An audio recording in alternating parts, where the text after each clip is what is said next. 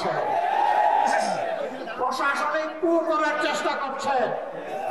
আগামী নির্বাচনে চলে বলে কৌশলে কেউ কেউ আমরা শুনতে পাই বিভিন্ন জায়গায় বসে ষড়যন্ত্রের জাল বুনছেন, জনগণ ভোট দেখ না দেখ ক্ষমতায় আমাদেরকে যেতে হবে।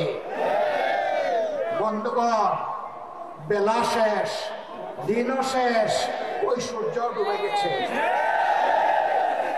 বাংলাদেশে প্রথম দুঃশাসনের পর জিয়াউর রহমান সাহেব ক্ষমতায় এসে ওই সংবিধানকে তিনি আমূল পরিবর্তন করে দিয়েছিলেন।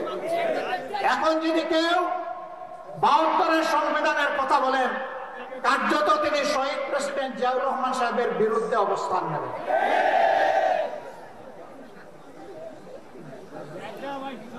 ৭২-এর সংবিধানের কথা আজ যিনি অত্যন্ত সংকটজনক অবস্থায় আছেন, জাতির এক শ্রদ্ধার কেন্দ্রবিন্দুতে যার অবস্থান, বেগম খালেদা জিয়াও কখনো ৭২-এর সংবিধানের পক্ষে কথা বলেননি।